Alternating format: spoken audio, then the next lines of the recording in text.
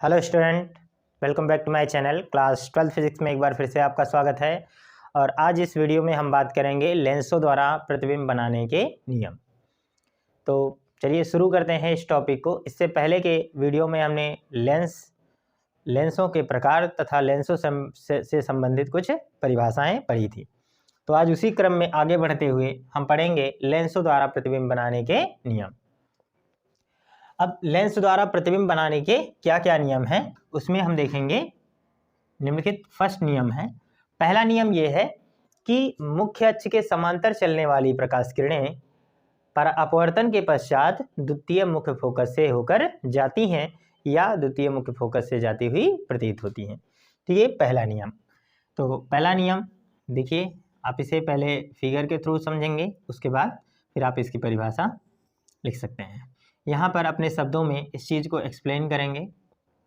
पहली बात, मुख्य अक्ष के समांतर चलने वाली किरणें अपवर्तन के पश्चात द्वितीय, देखिए आपको प्रथम और द्वितीय फोकस बताया गया है। तो उत्तल लेंस के लिए इधर क्या होता है F1 और इधर क्या होता है F2। तो अपवर्तन के पश्चात क्या होता है, ये द्वितीय फोकस से होकर जाती है या द्वितीय फोकस से आती हुई प्रतीत होती है। तो अवतल लेंस में प्रतीत होता है। अवतल लेंस इधर बनाएं। अवतल लेंस में क्या होता है, ये हमारा क्या है, प्रकाशिक केंद्र, ऑप्टिकल सेंटर, ये भी प्रकाशिक केंद्र O है। और यहाँ पर ये इसका द्वितीय फोकस होगा F2 और इधर क्या होता है F1। यदि समांतर प्रकाश किरणें चलेंगी तो ये तो पहले तो मोटे वाले भाग की तरफ क्या होगा, अपवर्तित हो जाएगा। लेकिन यहाँ से कोई व्यक्ति देखे तो ये प्रकाश किरण इस बिंदु से आती हुई क्या होगी, प्रतीत होगी। तो पहला नियम क्या हो जाएगा, मुख्य अक्ष के समांतर चलने वाली प्रकाश किरणें अपवर्तन के पश्चात या तो द्वितीय फोकस से होकर जाती हैं या द्वितीय फोकस से आती हुई प्रतीत होती हैं। ये हो गया आपका पहला नियम। अब इसके बाद हम दूसरा नियम देखेंगे, ठीक इसका विपरीत। यदि प्रथम फोकस से, यहाँ पर लिखें पहले, प्रथम फोकस से चलने वाली प्रकाश की किरणें या प्रथम फोकस से होकर जाने वाली प्रकाश किरणें अपवर्तन के पश्चात मुख्य अक्ष के समांतर हो जाती हैं। तो यहाँ पर देखेंगे इसी बात को,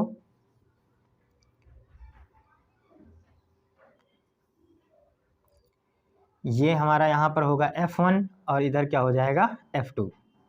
तो प्रथम फोकस से होकर जाने वाली या प्रथम फोकस की ओर जाने वाली, यहाँ देखिए ये प्रथम फोकस से होकर जा रहा है तो मुख्य अक्ष के क्या हो जाएगा, समांतर हो जाएगा। और यही बात अगर हम अवतल लेंस की करें तो अवतल लेंस में जो प्रथम फोकस की ओर जाएगा, यहाँ पर इसमें F1 होता है इस साइड में और F2 इस साइड में होता है। तो प्रथम फोकस की ओर जाने वाले प्रकाश की किरणें अगर इधर जा रहा है तो ये अपवर्तन के पश्चात क्या होगा, मुख्य अक्ष के समांतर होगा। इसे हम क्या करेंगे, डॉटेड ही लेंगे, क्योंकि ये वास्तव में यहाँ पर जाएगा नहीं, ये उधर जा रहा था तो अपवर्तन के पश्चात क्या हुआ, मुख्य अक्ष के समांतर हो गया। अब हम तीसरा नियम इसी में देखेंगे। तीसरे नियम में क्या होता है, लेंस के प्रकाशिक केंद्र से होकर जाने वाली प्रकाश किरणें बिना विचलित हुए क्या होती हैं, सीधे निकल जाती हैं। तो यह नियम तो बहुत ही आसान है और बहुत इम्पॉर्टेंट भी है कि प्रकाशिक केंद्र से होकर जाने वाली प्रकाश की किरणें बिना विचलित हुए सीधे निकल जाती हैं। उत्तल लेंस में भी यही है और साथ में आपको अवतल लेंस में भी यही बातें समझ लेनी है। अवतल लेंस में भी यही प्रक्रिया होगी। ये आपका प्रकाशिक केंद्र होगा, ये O ऑप्टिकल सेंटर। तो यहाँ से जाने वाली प्रकाश किरणें बिना विचलित हुए निकल जाती हैं।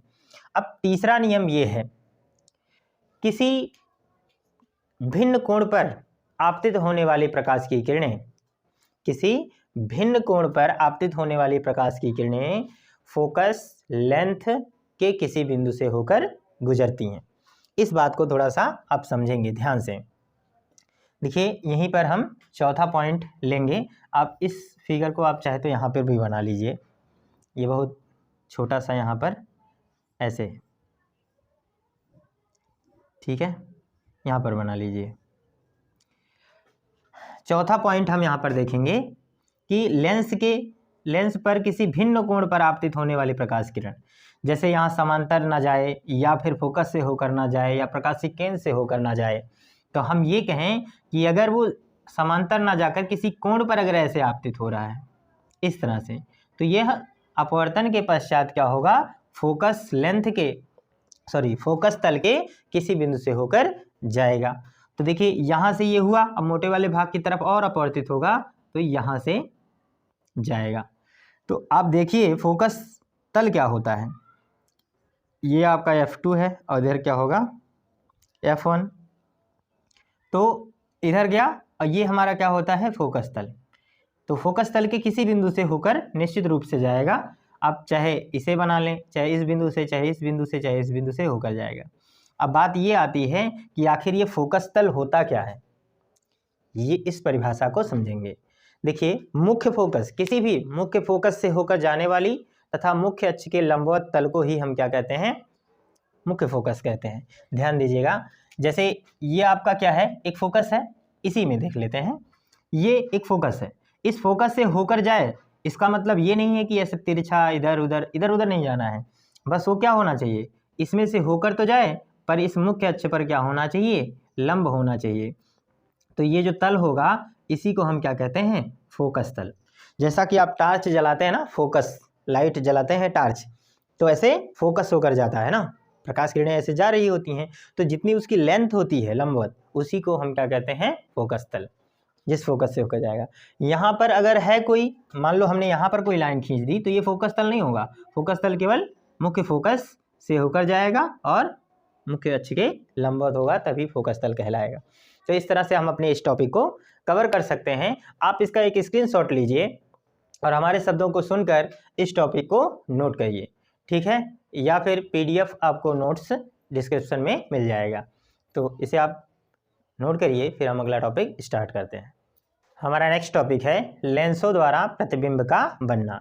यहाँ पर हम कुछ स्थितियाँ लेंगे जिसमें वस्तु किस स्थिति में हो तो उसका प्रतिबिंब लेंस के द्वारा कहाँ पर बनेगा, इसे देखेंगे।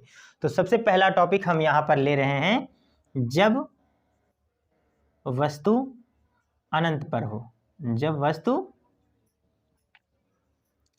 अनंत पर हो। जब वस्तु अनंत पर होगा तो क्या होगा, देखिए सबसे पहले हम उत्तल लेंस द्वारा बना रहे हैं। ये हमारा एक क्या है, उत्तल लेंस है, और इसके मुख्य अक्ष पर यहाँ पर कोई निश्चित आकार की वस्तु अनंत पर है। यहाँ पर आप देखिए ये हमारा क्या होगा F1 और इधर क्या हो जाएगा F2, और इसे हम क्या ले रहे हैं O। तो पहली बार वस्तु मान लेते हैं अनंत पर है, यहाँ पर ये वस्तु हमारी AB है।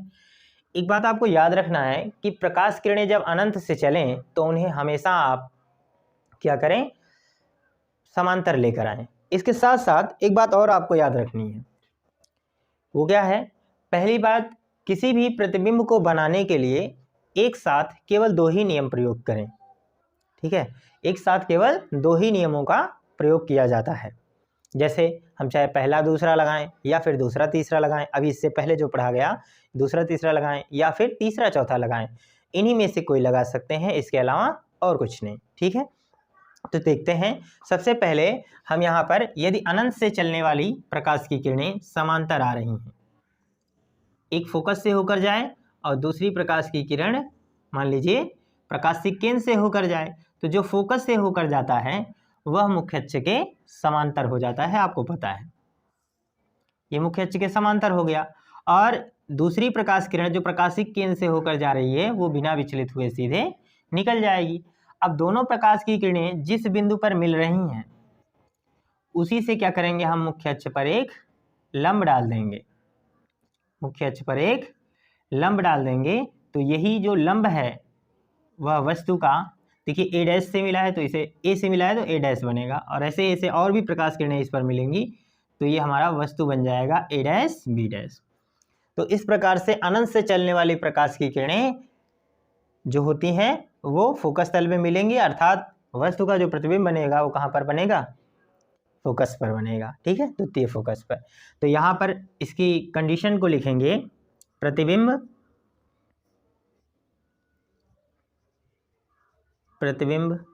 कहाँ पर बनेगा,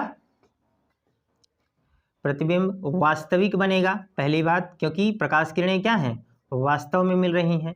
वास्तविक छोटा, वास्तविक उल्टा,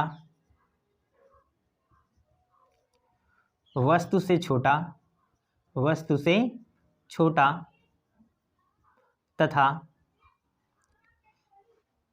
द्वितीय मुख्य फोकस पर बनेगा। कहाँ पर, द्वितीय मुख्य फोकस पर। ठीक है। अब इसके बाद प्रकाश की किरणों को, अब अगर इस वस्तु को थोड़ा और आगे ले जाएं, यदि वस्तु थोड़ा और नज़दीक हो तो क्या करेंगे। देखिए दूसरी स्थिति ले रहे हैं, जब वस्तु अनंत व मुख्य फोकस के बीच में हो, मुख्य फोकस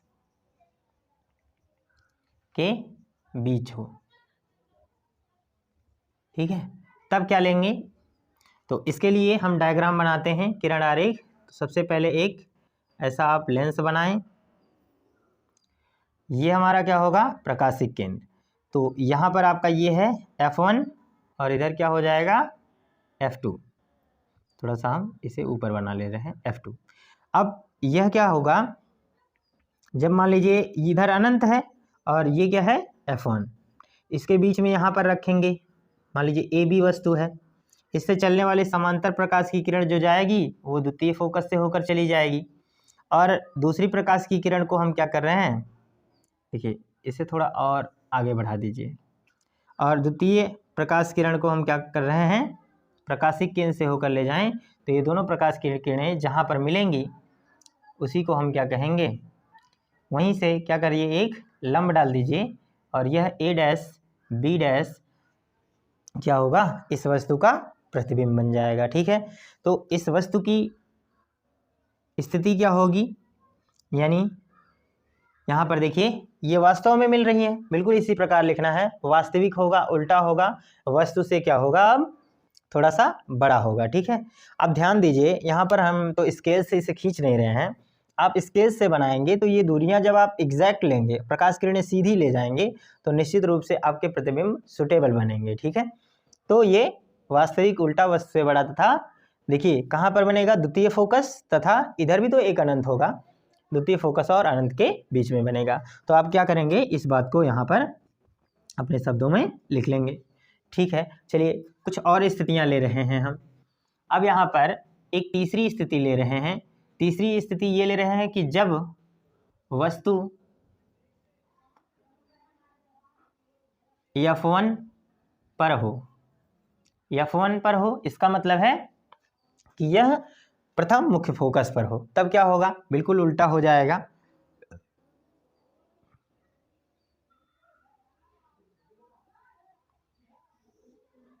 ये हमारा क्या होगा F1 और यहाँ पर होगा F2। F1 पर ये वस्तु रख लेते हैं AB, यहाँ से समांतर प्रकाश किरण गई तो यहाँ से होकर चली जाएगी F2 से होकर, और दूसरी प्रकाश की किरण को हम क्या कर रहे हैं, प्रकाशिक केंद्र से लेकर जा रहे हैं। तो ये प्रकाश की किरणें क्या होंगी, सीधे ऐसे निकल जाएंगी, अर्थात ये प्रकाश की किरणें समांतर जा रही हैं, अर्थात हम ये मान सकते हैं कि ये प्रकाश किरणें बहुत दूर जाकर कहीं मिलेंगी, अनंत पर। जैसे समांतर आई थी तो फोकस पर बना, तो अब फोकस पर रखा है तो अनंत पर बनेगा। ठीक है, तो ये भी वास्तविक बनेगा क्योंकि वास्तव में मिलेंगी। ठीक है, तो ये भी क्या होगा, वास्तविक होगा, वास्तविक, उल्टा, वस्तु से बड़ा, वस्तु से बड़ा, तथा अनंत पर बनेगा। कहाँ पर बनेगा, अनंत पर। तो ये अनंत पर बनेगा। अब एक चौथा कंडीशन ले रहे हैं कि ये मान लीजिए ये वस्तु और नज़दीक आ जाए, तो हम यहाँ कह लेंगे जब वस्तु F1 व प्रकाशिक केंद्र, यहाँ पर क्या मान ले रहे हैं, प्रकाशिक केंद्र के बीच हो, प्रकाशिक केंद्र के बीच होगा, तब क्या होगा, इस तरह से। यह हमारा प्रकाशिक केंद्र O है, यहाँ पर हम क्या मान ले रहे हैं, F1, और वस्तु को प्रकाशिक केंद्र और F1 के बीच रख रहे हैं। ये हमारा क्या होगा AB, और यहाँ से जब समांतर प्रकाश किरण जाएगी तो F1 इतनी दूरी पर है। ठीक इसी तरह से हम यहाँ पर भी F2 बना लेंगे। समांतर गया तो ऐसे होकर चला जाएगा। अब ये इधर द्वितीय, ये प्रकाशिक केंद्र से होकर जाएगा, सीधे निकलेगा। अब आप देख रहे हैं कि जैसे जैसे दूरियां बढ़ रही हैं वैसे प्रकाश किरणें क्या होंगी, आपस से दूर होती जा रही हैं। तो आप ऐसा इमेजिन कर सकते हैं कि ये प्रकाश किरणें जितनी दूर जाएंगी वैसे वैसे एक दूसरे से और दूर होती जाएंगी, तो प्रकाश किरणें मिलना संभव नहीं है। लेकिन अगर यहाँ पर कोई व्यक्ति नेत्र लगाकर देखे तो हम ये मान सकते हैं कि ये प्रकाश की किरणें कहीं यहाँ पीछे से आ रही हैं। इन्हें आप पीछे बढ़ा दीजिए ऐसे डॉटेड करके, इन्हें भी, तो ये प्रकाश किरणें इस बिंदु से आती हुई प्रतीत होंगी। तो यहाँ पर हम क्या मान लेंगे, वस्तु का कैसा प्रतिबिंब बन रहा है, ये A डैश, इसे B डैश। यहाँ पर वास्तव में तो मिल नहीं रही हैं, वास्तव में तो इधर जा रही हैं, तो ये हो जाएगा हमारा वर्चुअल होगा, यानी आभासी होगा, सीधा होगा, वस्तु से बड़ा होगा, वस्तु से बड़ा होगा, तथा देखिए इधर F1 व अनंत के बीच बनेगा। इस तरह से हम इसे लिख सकते हैं। तो दोस्तों इस तरह से हम अपने इस टॉपिक को कवर कर सकते हैं। उम्मीद है कि बहुत अच्छे से समझ में आया होगा। तो लीजिए इसका एक स्क्रीनशॉट, फिर हम अगला टॉपिक स्टार्ट कर रहे हैं। अब हम अपना नेक्स्ट टॉपिक करेंगे।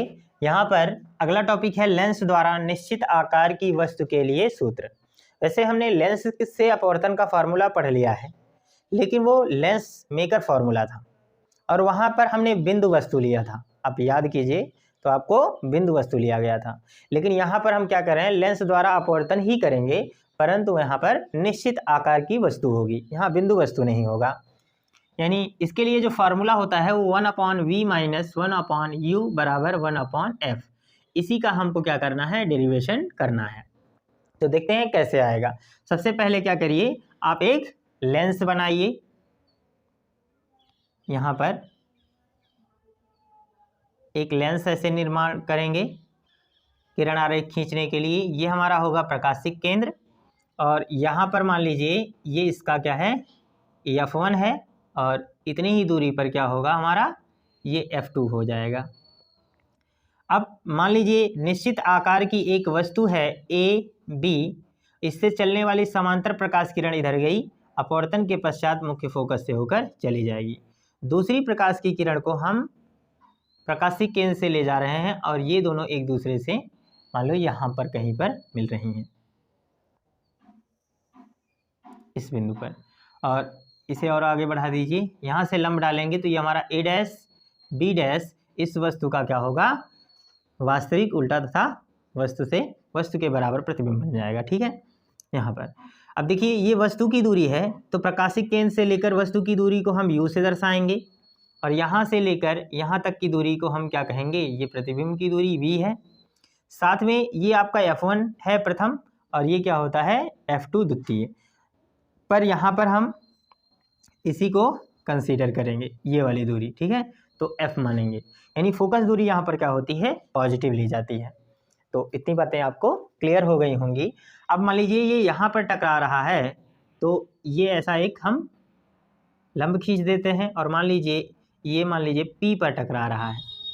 ठीक है, अब इसके बाद सबसे पहले क्या करेंगे, इस किरण आरेख के बारे में यहाँ पर आप अपने शब्दों में एक्सप्लेन कीजिए कि माना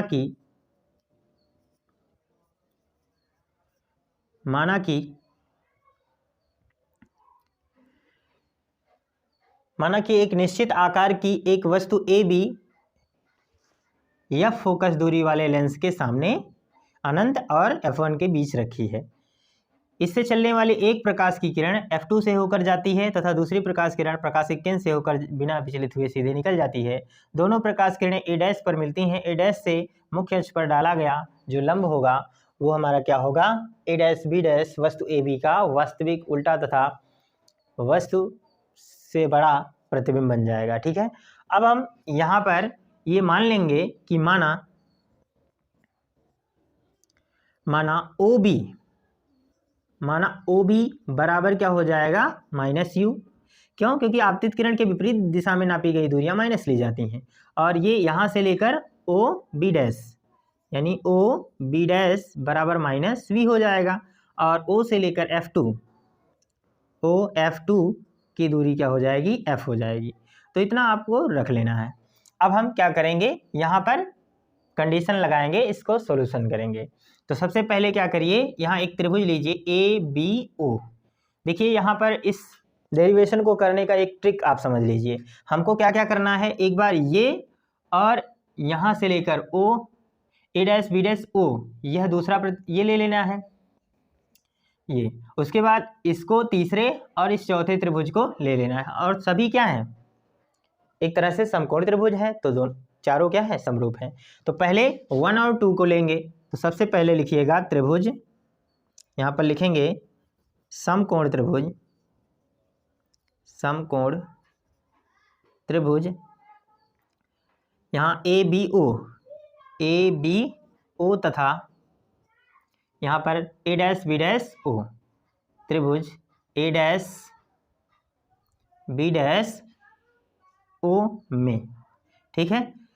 ये समकोण है दोनों, तो समरूप भी हैं, ठीक है। समरूप सिद्ध करने की यहाँ कोई ज़रूरत नहीं है, समकोण त्रिभुज समरूप होते ही है, बस इतनी बात। इसमें हम क्या करेंगे, पहले AB ले रहे हैं, इसका लंब यानी AB, और इस वाले त्रिभुज का लंब क्या होगा, A डैश B डैश, और ये बराबर इसका आधार क्या है, हमारा OB है, और इसका आधार क्या है, OB डैश है। इसे मान लीजिए इक्वेशन नंबर फर्स्ट। ऐसा हम कैसे कह सकते हैं कि ये है, यहाँ पर समरूपता नियम है, समरूपता नियम से, समरूपता का नियम, त्रिभुज की समरूपता का यहाँ पर नियम का प्रयोग किया गया है।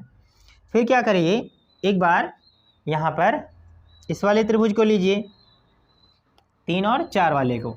तो यहाँ पर लिखेंगे समकोण त्रिभुज, देखिए इस वाले को POF2 तथा त्रिभुज A dash B dash F2, A dash B dash F2 में। तो यहाँ पर इसका लंब क्या है, PO है, और बटे यहाँ पर क्या हो जाएगा, इसका ये आधार A डैश B डैश लंब हो गया, बराबर इसका आधार क्या है, OF2 है, और इसका आधार क्या है, यहाँ पर B डैश F2 या फिर F2 B डैश, ये कह लेंगे। अब यहाँ पर इसे हम समीकरण नंबर तुरंत 2 नहीं देंगे। यहाँ पर देखिए नीचे इसका हर A डैश B डैश है, इसका भी हर A डैश B डैश है। अगर ऊपर AB है, यहाँ भी AB आ जाए तो निश्चित रूप से ये दोनों इक्वेशन बराबर हो जाएंगे। यहाँ देखिए AB के बराबर क्या है, PO है, क्योंकि ये दोनों समांतर रेखाओं के बीच की दूरियां हैं। तो यहाँ पर हम ये लिखेंगे कि AB बराबर है PO के, ठीक है। इसलिए जहाँ PO है वहाँ पर हम क्या लिख सकते हैं, AB, और बटे क्या हो जाएगा, A डैश B डैश बराबर यहाँ पर OF2, यहाँ पर हो जाएगा हमारा OF2, और अपॉन यहाँ पर हो जाएगा F2, यहाँ पे B डैश। ये हो गया, ये इक्वेशन नंबर सेकंड है। अब हम यहाँ पर लिखेंगे समीकरण 1 व 2 से। तो समीकरण 1 और 2 में क्या है, बाएं पक्ष बराबर है तो दाएं पक्ष भी बराबर होंगे, अर्थात मैं कह सकता हूँ कि OB बटा क्या हो जाएगा, OB डैश बराबर यहाँ क्या है, इधर OF2 और अपॉन F2 B डैश, ठीक है। अब आप यहाँ ध्यान दीजिए कि हमारे पास किन किन चीज़ों के मान हैं। OB का मान है, OB डैश का भी मान है, यानी पता है, साथ में OF2 का भी मान हमें पता है, लेकिन F2 B डैश का मान नहीं पता है। तो चेक करिए F2 B डैश की वैल्यू कैसे निकलेगी। F2 B डैश के लिए हम क्या करें, यहाँ से OB डैश में से, यानी इसको हम लिख सकते हैं OB बटा OB डैश बराबर OF2 upon F2 B dash की जगह पे OB डैश, यहाँ तक की दूरी, यानी OB डैश माइनस हम घटा सकते हैं क्या, OF2, OF2 को घटा लें तो ये F2B डैश के ही तो बराबर होगा। बिल्कुल। अब क्या करेंगे, यहाँ से चिन्ह सहित इसमें मान रखेंगे जितने मान हैं। तो यहाँ पर लिखिएगा चिन्ह सहित मान रखने पर, चिन्ह सहित मान रखने पर, चिन्ह सहित मान रखेंगे तो OB का वैल्यू है -U अपॉन OB डैश का वैल्यू है -V। देखिए, और उसके बाद यहाँ पर OF2 का वैल्यू हो जाएगा F और यहाँ पर हो जाएगा OB डैश का वैल्यू V -V होगा और ये है माइनस, और साथ में यहाँ पर देख लीजिए OF2 का वैल्यू फिर माइनस होगा, तो मैं यहाँ पर कह सकता हूँ कि ये अब प्लस हो जाएगा, दोबारा से माइनस होगा तो प्लस। अब ये कट जाएगा, इसका क्रॉस मल्टीप्लाई कर लें तो यहाँ पर हो जाएगा UF बराबर UF हो गया, और इसका गुणा यहाँ पर कर लें तो -UV हो जाएगा। और साथ में ध्यान दें कि यहाँ पर ये इसका गुणा इसमें हो जाएगा, बराबर इस साइड में चला जाएगा, तो ये हो जाएगा हमारा VF। ठीक है, अब क्या करिए, इसमें इस पद को इधर भेज दीजिए, या हम कहें कि दोनों पक्षों में, यहीं पर कर लीजिए, दोनों पक्षों में UVF से भाग देने पर, जब भाग देंगे तो इसमें देखिए UF बटे क्या हो जाएगा UVF और माइनस UV बटा क्या हो जाएगा UVF बराबर VF अपॉन क्या हो जाएगा UVF। अब यहाँ पर देखिए F से F कट जाएगा, U से U कट जाएगा, यहाँ UV से UV कट जाएगा, V से V, F से F कट गया, तो यहाँ पर बचा क्या 1 बटा, अब आप इस चीज़ को थोड़ा सा यहाँ पर लिख सकते हैं, यहाँ पर बचा 1 बटा, यहाँ पर बचा है V, तो 1 बटा V माइनस यहाँ पर क्या बचा 1 बटा F बचा है, बराबर यहाँ पर बचा है 1 बटा U। हम इसे इधर भेज दें तो ये हो जाएगा 1 बटा V माइनस यहाँ पर क्या हो जाएगा, इसको इधर भेजें तो 1 बटा क्या होगा U बराबर 1 बटा F। तो इस तरह से हम अपने इस डेरिवेशन को कंप्लीट कर सकते हैं। इसमें हम एक टॉपिक और करेंगे, लेंस का रेखीय आवर्धन। ठीक है, तो अब तब तक आप इसका एक स्क्रीनशॉट लीजिए, फिर हम अगला टॉपिक स्टार्ट करते हैं। नेक्स्ट टॉपिक है लेंस का रेखीय आवर्धन, लीनियर मैग्निफिकेंस ऑफ ए लेंस। तो यहाँ पर देखिए फिगर आपको ऐसे ही बनाना है पहले टॉपिक की ही तरह, बस आप अब इसे मिटा दीजिए। ठीक है, यहाँ पर हम क्या कर रहे हैं, लेंस का रेखीय आवर्धन पढ़ना है। तो लेंस का रेखीय आवर्धन क्या होता है, लेंस का रेखीय आवर्धन प्रतिबिंब की लंबाई तथा वस्तु की लंबाई के अनुपात को हम क्या कहते हैं, रेखीय आवर्धन। तो इस बात को यहाँ पर लिख लेते हैं, प्रतिबिंब की लंबाई, प्रतिबिंब की लंबाई तथा वस्तु की लंबाई के अनुपात को रेखीय आवर्धन कहते हैं। रेखीय आवर्धन, इसे m से प्रदर्शित किया जाता है, रेखीय आवर्धन कहते हैं।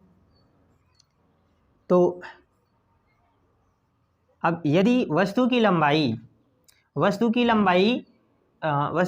को अगर हम ऑब्जेक्ट यानी O से रिप्रेजेंट करें और प्रतिबिंब की लंबाई को हम I से रिप्रेजेंट करें, तो यहाँ हम कह सकते हैं कि m बराबर क्या हो जाएगा, प्रतिबिंब की लंबाई I अपॉन क्या होगा O, I अपॉन क्या हो जाएगा O हो जाएगा। अब यहाँ पर एक और कंडीशन ले रहे हैं, त्रिभुज ABO, यहाँ पर लिखिए त्रिभुज ABO तथा त्रिभुज A'-B'-O, A'-B'-O समरूप हैं। अगर ये समरूप हैं तो हम यहाँ कह सकते हैं कि यहाँ पर देखिए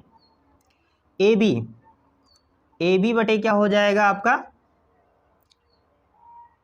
AB बटे यहाँ पर A'-B' बराबर, यहाँ पर इसका आधार क्या है आपका OB है और इसका आधार क्या है OB' है। अब AB का मतलब क्या है, वस्तु की लंबाई। वस्तु की लंबाई क्या होती है, यहाँ पर वस्तु की लंबाई को हम O से रिप्रेजेंट करते हैं और प्रतिबिंब की लंबाई को I से। लेकिन आप ध्यान दें कि ये जो प्रतिबिंब की लंबाई है नीचे बना है तो इसे हम क्या लेंगे माइनस में। देखिए मुख्य अक्ष के ऊपर लंबाइयाँ प्लस और नीचे क्या होता है माइनस। और इधर हम बनाएं तो ओ बी का मान क्या है माइनस यू और अपॉन यहाँ पर देखिए इधर हाँ ओ बी डैश ये क्या है हमारा v पॉजिटिव होगा क्योंकि ये आपतित किरण की दिशा में नापी गई है। तो यहाँ से हम क्या कर सकते हैं इसे माइनस से माइनस कट जाएगा, लेकिन यहाँ पर हम इसे पलट दें अगर तो ये i अपॉन क्या हो जाएगा o और यह बराबर हो जाएगा, इसे भी पलटना पड़ेगा तो v अपॉन क्या होगा u। आप इसे मान लीजिए इक्वेशन नंबर सेकंड और इसे मानिए इक्वेशन नंबर फर्स्ट। तो हम कह सकते हैं कि समीकरण 1 व 2 से यहाँ पर क्या आ जाएगा m बराबर i अपॉन o बराबर v अपॉन u। तो यह फार्मूला भी हम डेवलप कर सकते हैं।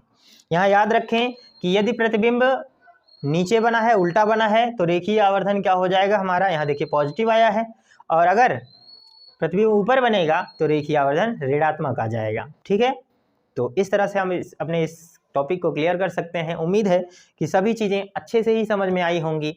यदि कोई डाउट्स रह जाए तो कमेंट सेक्शन में ज़रूर लिखें। तो मिलते हैं अगली क्लास में, तब तक के लिए goodbye. Thanks for watching this video. I will see you again next video.